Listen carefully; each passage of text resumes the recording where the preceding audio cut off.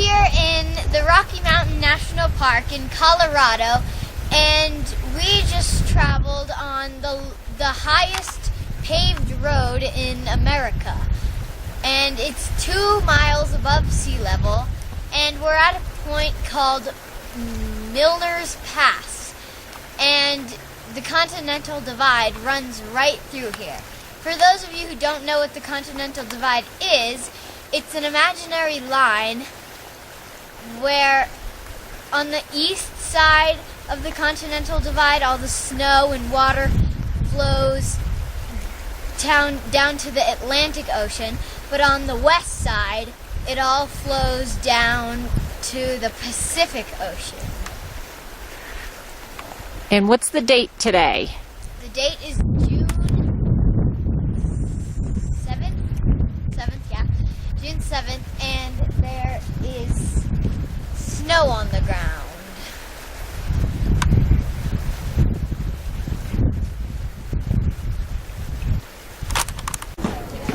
We're here at Mount Rushmore in South Dakota, and for those of you who don't know what Mount Rushmore is, it's a big mountain with 4 presidents' heads carved in it.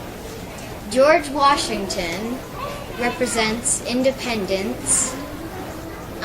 Thomas Jefferson represents the expansion of the nation. Theodore Roosevelt represents the rights of the common man, and Abraham Lincoln represents the preservation of the Union, meaning he kept the country together during the Civil War. So, do you remember how many workers it took? It took approximately 400 workers, and it took 14 years for this to be finished.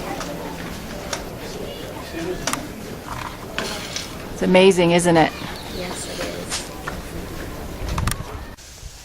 We're in Wyoming at Devil's Tower, and this is the first national monument in the United States. A long time ago, all this was underground, and the surface of the earth was 1,000 feet up. And Devil's Tower was a volcano that never erupted because the magma cooled. And how it came to the surface of the earth was because the land around it eroded away, but it left that rock there, which is now known as Devil's Tower. And it was also featured in a movie called Close Encounters of the Third Kind, which I haven't seen yet, but my parents have told me about it, so that probably means it's really old. Ha ha ha, very funny. You'll see it soon, and it's Close Encounters of the Third Kind. Aliens. Woo!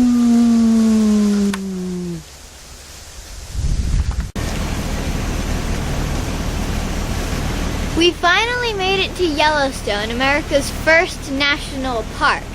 And these are the bison, or the buffalo.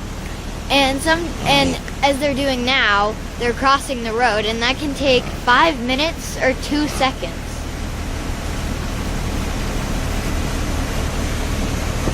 You can see the calves right now, and the mothers at this time are very protective of their calves. So they will do anything it takes to protect them. How far are you usually supposed to stay away? 75 feet, but when they're in the middle of the road, you kind of have no choice. And roughly how many buffalo are in the park? About 3,500, but it seems a lot more than that.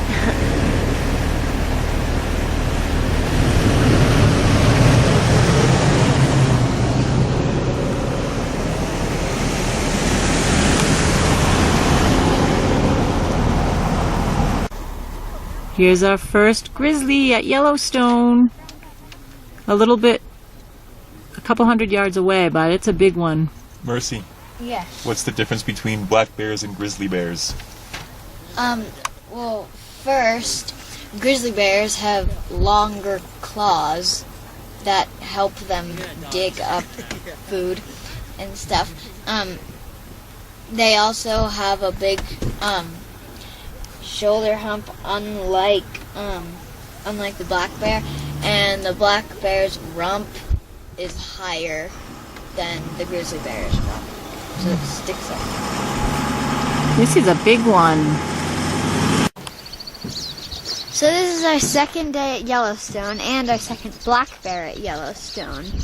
It's really close to our campsite, which is over there.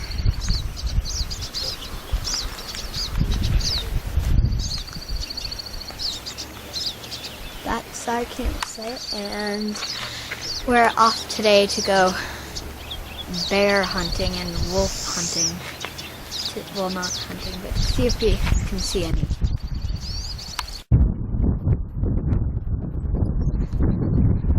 We're still in Yellowstone, and we're in an area where there was a huge wildfire 24 years ago. And here, wildfires are good, particularly for the lodgepole pine tree. And the reason that is because when the only way that the tree can reseed itself is if the pine cones heat up and then they burst the seeds open and they spread everywhere so new trees can grow.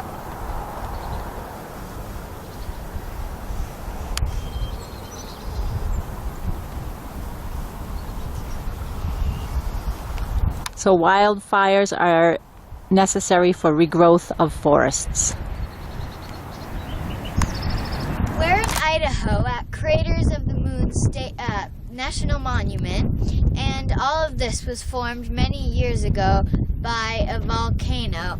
It's basically just a bunch of lava beds, and these behind me are spatter cones, which the lava shoots out of.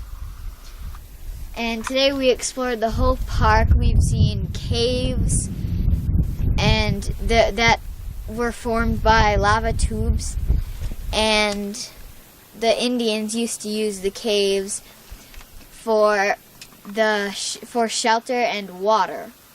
And while I'm talking about the Indians, I might as well mention that a long time ago the Shoshone Indians witnessed an eruption of a volcano here. About how many years ago was the last eruption? It was about 2,000 years ago. And they said it could erupt any time now.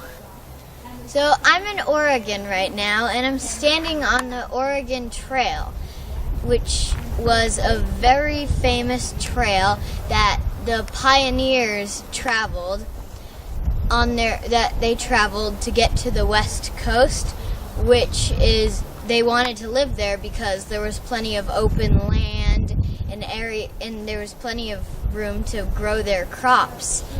And so they packed up everything and their families and everything, and so they traveled this trail. And the trail runs from Missouri to the West Coast. So like I said before, they packed up all their belongings and their families, and they traveled the Oregon Trail in wagons like this one, and it was pulled by oxen, and they would set up their camp each night so they could sleep here. And so this is what one of their campsites might be. And when they were in places where there was no wood available, they would use buffalo droppings to fuel their fires, and it worked very well.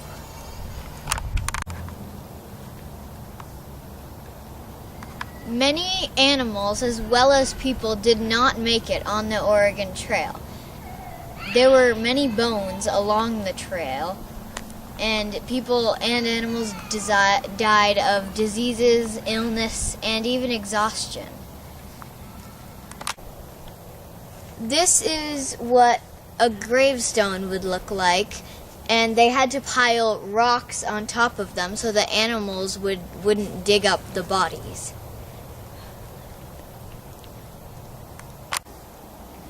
This here is Elizabeth, and she's opened up her wagon, and she's going to tell us a little bit about what the women's life on the Oregon Trail was like. Well, every morning, about 4:30 in the morning, we would hear a loud banging, "Rise and shine, rise and shine!" And we would all get out of our tents because there would be tents, and some women had their wagon built with before they left home, with a bed in it, so that they might actually sleep in a bed in the wagon. But their wagon would be specially built to come out over the wheels, both sides, and the bed would go crosswise, probably up near the front. And then, now the reason we slept in tents or in the wagon was so that we could remove our corsets at night, and we would have a much more pleasant night. Now, how old are you, dear? I'm 10. Well, a girl 10 and would absolutely, no later than 10, would be wearing a corset.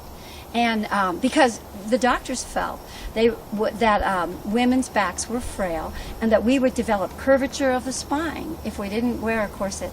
And you know, then I would think about it. If I took my corset off, I would think, my back hurts, because there were bones in the corset that would make you stand really straight, and they would make you you could lace it up and make your waist really tiny, which was very, very desired. And so I would have a corset made for you, and you would have to wear it on the trail. Now, another part, before we get to actually what we would be doing, I'll tell you a little bit about the dress. So we would wear a corset during the day, but we'd take it off and sleep nicely, comfortably at night. We would wear a minimum of 15 petticoats under our dress, our petticoats, because we wanted a wide look. We wanted to look, that's the style, that was the fashion. Now what we would prefer to wear was a hoop, and many of my friends they were determined they would wear their hoops under their dress on the trail, but they'd have to take it off after about the first week because they were not practical at all. So the hoop was in here, in the trunk, along with our year's supply of clothing. Now, that's 3 changes of clothing per person. And lest you think I'm frivolous, we would not get up in the morning and choose between 3 dresses. It was that when this dress wore out, there'd be another one in there, and I'd put it on. And then when that one wore out, hopefully, we would be near enough to Oregon City that that one would be saved, you see, for when we got to civilization. Because I might look like this now, but I would certainly never want anyone to see me like this when we reach Oregon City. Now, you as a 10-year-old girl, by the time you were 10, you would know how to completely run a household. That means you would know how to make soap, which is what this is. And you want to smell it because it's the clean smell. So this is lye and lard, pig fat or lard. This one's bear grease. And then this one is sheep tallow. Now, which one do you think you might prefer?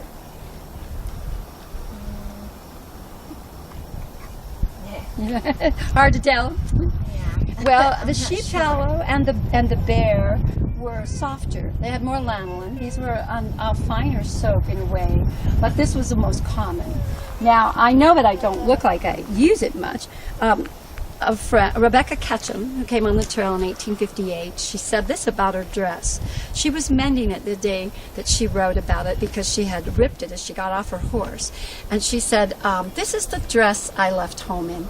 I have mended it at least 20 times. It is very dirty.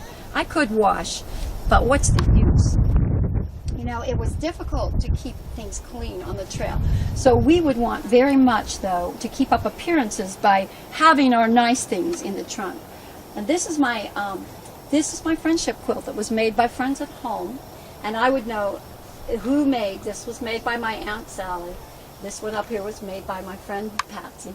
And each piece would be special to me, and I would keep it in the trunk for our bed. I would also have in the trunk a candle mold, because when we reach our new home, we'll make candles again, and we'll make soap again. But in the meantime, we use what I prepared before we left.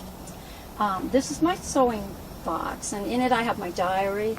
I keep a little bit of smelling salts, or in case I'm not feeling well. I have this is for for my hair for special occasions, and just very small things, a small comb and a brush, or a mirror, very simple things, and our writing with the quill and the ink. Now, and one of the things that's very important to me are my needles, you see? And I keep them in the needle case, and I can trade for them. We traded some needles for salmon, smoked salmon in the Grand Ronde Valley from the Indians there. And it was wonderful, although one of my friends said, anything that color must certainly be spoiled, and she would not try it at all. Now, here, when in the morning once we would get up, then it would be our duty to, part of our work for the day would be to prepare the morning meal. So we would have the food chest, which is here. It's normally across the back of the wagon along here, and we would immediately get out the green coffee beans, and we would begin to brown them on the fire. And then once they were browned, they would be ground, and then we would make coffee. Now, I much prefer tea, so I would have some water boiling on the over on the fire, and from this tea brick, this is the way that tea came from China to the trading posts and to the stores, and it was broken apart by the small square. So this little square is my 6-month supply of tea, and I would just take and scrape the flakes into the cup, and then I would pour the boiling water in and make tea for the morning. Now, So that's all made out of tea? black tea, the whole thing was pretty heavy, wasn't it? Yeah. Yeah. Cool. And because, you see, this is my 6-month supply, I could take a lot of tea in a very small, I would just keep it in a little bag like this, in this tin, which keeps all my special things. And then it would be easy, and my coffee is in here as well. Now, let's see, we were recommended to bring 100 pounds of dried fruit with us, but we only have 1 month left, and so in the Grand Ronde Valley we stayed for 3 days there, and what we did was can you see the barrels in the back? So those barrels, they hold the main stock of food. So one of those holds wheat flour and the other holds bacon. And I had other barrels that would have, like my dried fruit, see, maybe in a barrel. But now, all I have left is what this is called is the budget. And each bag holds a month's supply. So here's my budget of food. It all goes in the food chest. And it's going to last now until we reach Oregon City, because I'm a good housekeeper and I will make sure that it does.